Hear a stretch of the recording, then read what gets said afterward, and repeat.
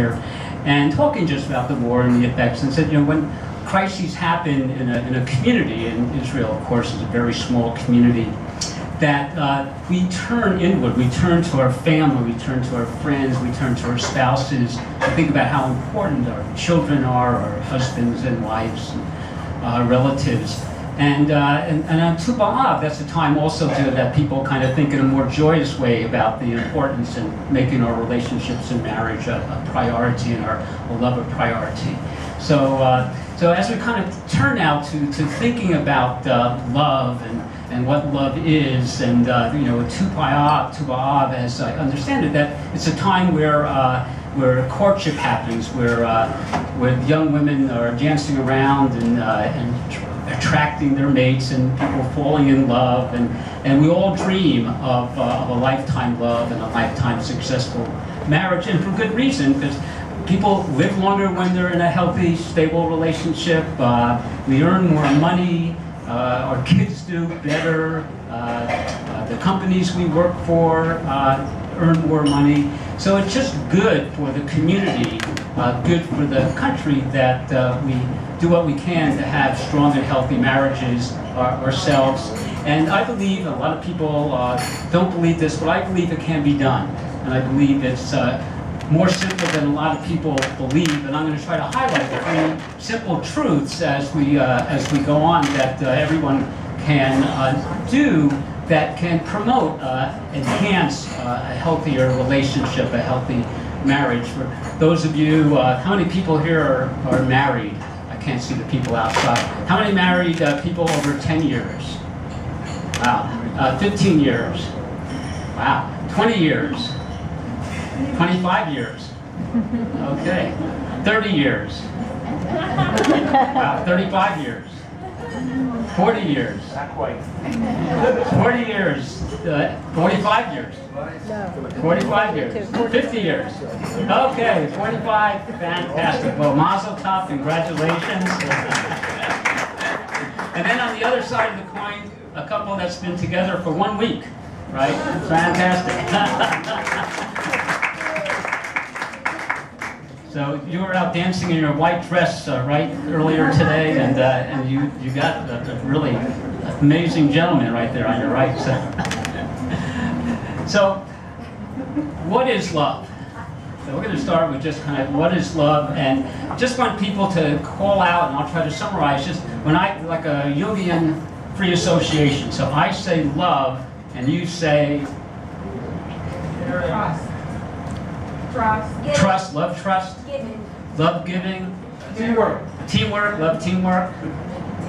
Commitment. What else? Partnership. Yeah. Feel good? Feeling good? Okay. Okay. So I want to turn now to a couple of other. Now I have some audience perspectives on love, and you can kind of think about it. Now I'm going to read you some quotes from one of my classes. A student did a research project at the University of Denver. One of the classes I teach, this was a course in love. And here are kids that she interviewed on what love is. Okay. So Nicholas says, love is when you kiss each other. Brianne, love is when you care about someone. Demi, love is when you share with someone. Brendan, love is in your heart. When you are in love, that person is in your heart. That's pretty good for a 7-year-old. Sarah thinks about marriage. Love is when you marry someone. Jordan, love is when you give people flowers and then you marry them. He's kind of got this courtship marriage thing, you know, love and marriage go together like a horse and carriage. Remember that song?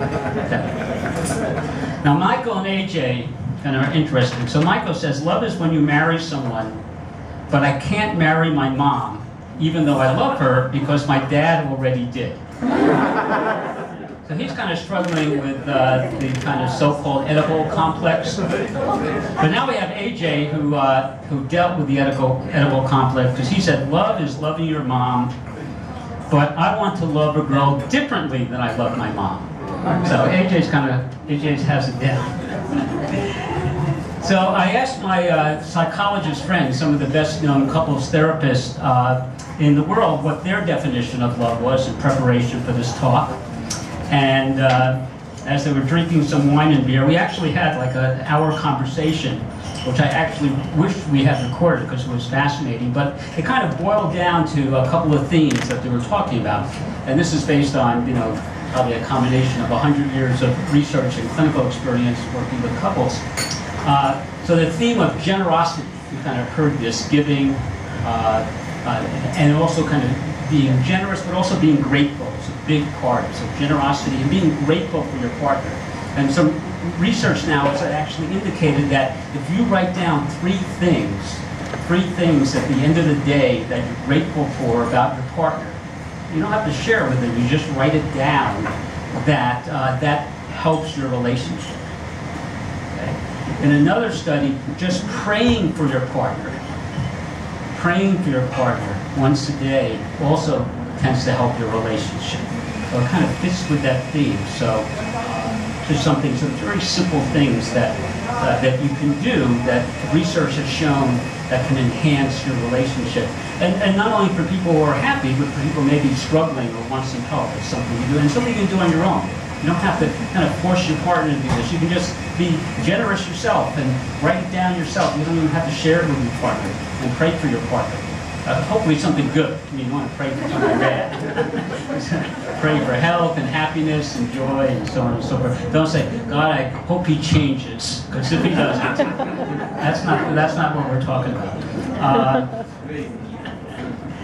And another theme is sacrificing for your partner. This is really interesting. The research shows that when you're in a good relationship, or a relationship that's going to go well over time, that even though an outside observer might say, well, you're sacrificing, you're giving up a lot, that the person who's sacrificing actually doesn't feel that they're sacrificing. They actually feel good and positive about it. So, but the best way to start doing that is just to kind of push yourself to sacrifice, and when, you know, push comes to shove, put your partner's needs above yours, at least up to a certain point. And the more you do it, the more joy most people get out of this. It's just like when we, you know, someone's online, you buy them a cup of coffee ahead, you know, that sort of, in Boulder, Colorado, we call that good karma and passing it around. Not exactly a Jewish tradition, but they say in Boulder, Colorado, that most of the Jewish people in Boulder are Buddhists, so that's kind of where that kind of thinking comes from, right? Don't they say that? I think it may be true. And finally, the last perspective that I want to share is from writers and poets. And this is from a book that I wrote a while back called Why Do Fools Fall in Love? And it's kind of summarized in a book that Susan has copies of called Fighting for Your Marriage. But Raina Marie Wilkie, a poet, writes, "We must not forget when we love that we are beginners, bunglers of life, apprentices in love, and we must learn love." So that really kind of has an education perspective, and realize that we're all apprentices, that we all have a lot to learn, no matter how much experience, whether we've been together almost 50 years or 1 week, or some people in the room may not be in a relationship and will be in the future, one of these, and we all can learn about what love is. A psychologist writes in a very poetic way, African-American psychologist DeWatt Jones, and she writes, "I do not pretend to know what love is any more than I know what God is. Love and God to me are the great mystery, an expression coined by Native Americans. Still, I know love and I know God."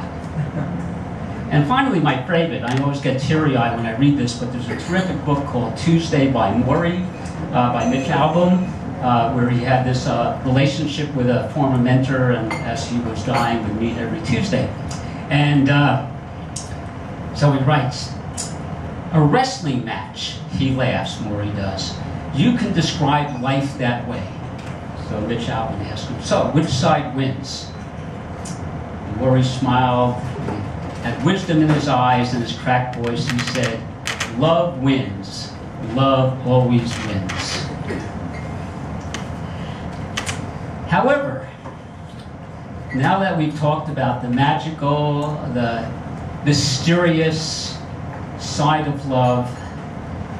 The research shows, and we have done research for many, many years, myself and some of the colleagues that I've talked about, where we start with couples while they're dating or planning marriage early in the relationship, where we measure lots of aspects of love, lots of dimensions of relationships, interview people, we observe them talking about issues in the relationship, being supportive of each other, talking about fun things, having them fill out every kind of questionnaire you can imagine about relationships themselves personally. And what we find, surprisingly, is that however we measure love, as we kind of have defined love here, that love doesn't predict how much you love each other, doesn't predict the future of the relationship. It doesn't predict the future of the relationship. So that's where the first part of the title of the talk comes from. That clearly means, empirically, that love is not enough.